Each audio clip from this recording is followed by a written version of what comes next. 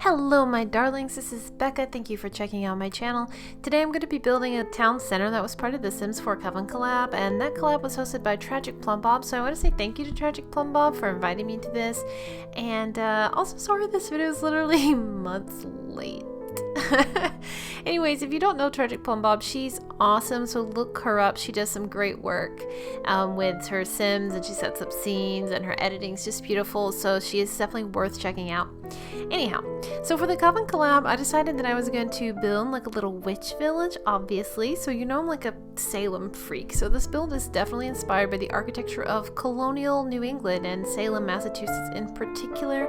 There's a little bit of inspiration also from the holiday classic, and by holiday I mean Halloween classic, Over the Garden Wall. So this is obviously going to be a fantasy take. This is not like an accurate build to colonial American history. I just wanted to have this New England feeling, but in a way that was brighter and warmer and more fantastical and happier than the actual Salem Witch Trials. So yeah, I guess what we're going to be talking about, that's right, it's the Salem Witch Trials. So I think this is something that everybody's probably heard of, which like might be a little America-centric of me, but I think that this, you know, very gruesome history is pretty much world knowledge at this point. So I wanted to talk about it, but I wanted to talk about it properly, which is like kind of why this video is so late, plus like a couple of thousand other things like camera issues, internet issues, having my brother staying in my guest room where I record issues, and general burnout issues. But yeah, anyhow, I tried to do my research, and that's part of what took so long. So I've been reading about the witch trials. And speaking of that, I definitely recommend the book The Witches by Stacy Schiff if you want to read about that time period. It's a very in-depth book, really packed full of knowledge. So it's been really helpful to me when I was researching. So I also saw a great exhibit called The Salem Witch Trials, Reckoning and Reclaiming at the Peabody Essex Museum, which is in downtown Salem. That exhibit is on until March 20th, 2022, but like it's shut down right now because you know why. If it opens back up, if you have a chance to view it before, you know, the end of March, I do recommend it. It was great. Great to see some actual artifacts from that period and to have some context around it. So yeah, here's what I've learned. It was a very complicated historical event. I mean, there's just so many people involved that there's no way that we can really begin to cover all the details in like one 15-minute Sims video. So just some facts that we can all wrap our heads around. So this took place 1692 to 1693 in Salem, Massachusetts. At the time, Salem and all of New England was still a colony of England. The Salem town itself was founded in the 1620s, so the settlement was less than 70 years old when the witch trials started. And as you probably know, it was a Puritan settlement where everybody was very religious, and the fear of God and the fear of the devil was a part of everyday life. And the Puritan religion in general is very punitive, very restrictive, very intolerant, so keep that in mind. So on top of this very frightening religious doctrine, the colony also had several other threats that the people there were facing. King Philip's War, which was a war against the colonists of New England and the indigenous people of New England, who didn't appreciate all these colonists like stealing their land, had been brutal, and it ended in the 1670s. So it was an incredibly devastating war. A lot of men had been maimed or killed. The economy suffered. Whole towns had been destroyed. I think literally half of the settlements in New England had been attacked. And colonists just literally lived in fear that another war was coming, and there was always the there was always the threat of like sporadic attacks from the Native Americans. There were also skirmishes with the French, who had teamed up with the Native Americans before, and basically there were fears that another war was coming. And there was also the harsh climate, the brutal winters, and the lack of resources that go along with that, like lack of food, lack of firewood. It was a really difficult place and time to live, and it was also a time where, like, not that people say about it, people like died like flies. You could die in childbirth. Children often didn't reach the age of 12. Basically, every family lost people in it. Like, it was unheard of to have a family where everybody like survived to middle age. So things were tense, okay? And Salem was as fractious a place as ever existed.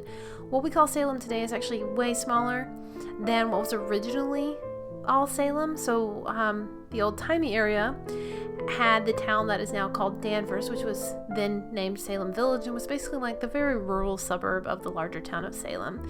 And it was a place where there were a lot of internal disputes and family feuds and just general disagreeableness, and that is where the accusations first began. And then they spread out throughout the area into towns like Andover and Topsfield. So, just to go over some of, I don't want to call them highlights because they're like the lowlights of American history. We got a lot of lowlights, so off topic. Okay, there were over 200 accusations and 20 executions, and it started in the house of the Salem Village minister with 2 young girls. They were 9 and 11 respectively, and they were having strange fits. So these girls were the daughter and the niece of the Salem Village minister. They started convulsing. The doctor couldn't figure out what was wrong with them, and people were like, oh yeah, it's witches. And the girls were like, yeah, definitely witches. They started complaining about being pinched and poked with things nobody could see, and they started claiming that they could see the specters of the witches who were torturing them, and they named names, and that is how the witch trials were launched. So the investigators labored under the impression that you were guilty until you were proven innocent, and there's no way you could be proven innocent. So if you read the trial documents, you'll see that they basically did everything in their power to get an accused person into confessing, and they used really terrible proof, like all these preteen girls' spectral testimony or dreams, or trying to put someone in a high-pressure environment and seeing if they could say the Lord's Prayer without making a mistake or stumbling. There was this thing called the touch test, where like if you were writhing around in convulsions and you're like, oh, the witch is torturing me, they thought if you touched the witch, the power would flow back into her and you would not have symptoms anymore. So they were like, oh, who's the witch? And like, the girl would be like, her. So they would get them to touch, and then if the girl stopped convulsing, they'd be like, yep, that proves it, she's the witch. So you can see how that created a cycle of very bad evidence. And they also tortured people to get confessions. So if you were accused, it could be better to just confess than suffer torture. And there were plenty of confessions. Like, they were so gung-ho about this witch stuff that they literally arrested a 5-year-old, and they kept this 5-year-old in jail. Speaking of jail, if you went there, you might go to Boston, you might go to Salem. No matter where you were, it was terrible. You had to pay for your food and your blankets while there, and it sucked, and it was freezing, or it was stifling hot, and you were in there for months. And when you were found guilty, then you were hung in front of large crowds. You were excommunicated, meaning you couldn't be buried in your own church. Your body would be dumped into a shallow grave. It was just brutal. So just to go through some of the people who were executed, some names that you may have heard before: Rebecca Nurse. She was a married woman in her 70s. She had a big, peaceful, happy family. One of the few families where everybody survived, shockingly. She was well respected in the community, and in fact, like, there were petitions asking for her to go free. Sarah Good was a beggar. There was George Burroughs, who was a minister who was thought to be the witches' ringleader. And then Giles and Martha Corey, who are also an interesting case because Martha Corey was Giles's 3rd wife, I think, and she had a reputation of being a good, godly woman. But when she was accused, Giles was like, yep, she be witching. And then when Giles was accused, he was like a very obstinate, stubborn man. So he refused to dignify the court proceedings with a defense, so he stood completely silent through the whole thing. They decided to try him with this thing where they would lay him down and put rocks on his chest until the weight either killed you or you confessed. And he was a stubborn old bastard, and the only thing he said during this was more weight until, he died of being crushed to death without a confession, which must have been really, really aggravating to the jury and was definitely badass. But before you think Giles is such a cool guy, you should also know that while he was alive, he did beat a servant to death with a stick. Another famous name associated with the trials is Tituba, who was a slave of the Salem village minister. We don't know much about her today, but she was possibly from the Kalina people of South America before she was forced into slavery. She was one of the first accused. She made a very colorful confession that managed to make herself look pretty good while throwing a lot of other people into suspicion. But that allowed her to survive, and so she was not actually executed, even though she was kept in jail for 13 months before she was sold by the jail to a new slave master for the price of her jail fees. And we don't know what happened to her after that. And yeah, it's pretty likely that her original confession was just to avoid another beating from the Salem village minister who owned her, which is such a gross thing to say.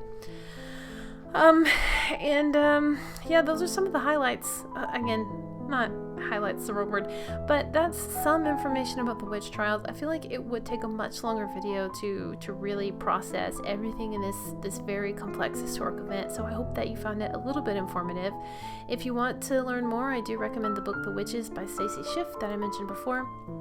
And just another note, I think it's really interesting how the town of Salem has taken this history into its identity. So, even though witchcraft was something to be feared and reviled by the Puritans in the 1600s, the town now attracts self-identified witches from literally all over the world, and it's kind of like this mecca for occult activity, which is kind of like a nice, middle finger to all the bigots who committed this atrocity.